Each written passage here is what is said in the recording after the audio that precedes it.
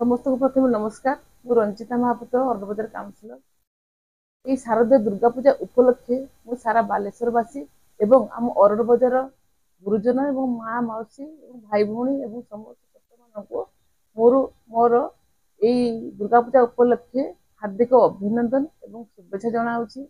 ये पूजा समस्त मंगलमय हो, सुखमय हो एवं समस्त जीवन में समृद्धिमय हो एतिकी मो माँ जगज्जननी दुर्गा पाखे प्रार्थना करुअछि।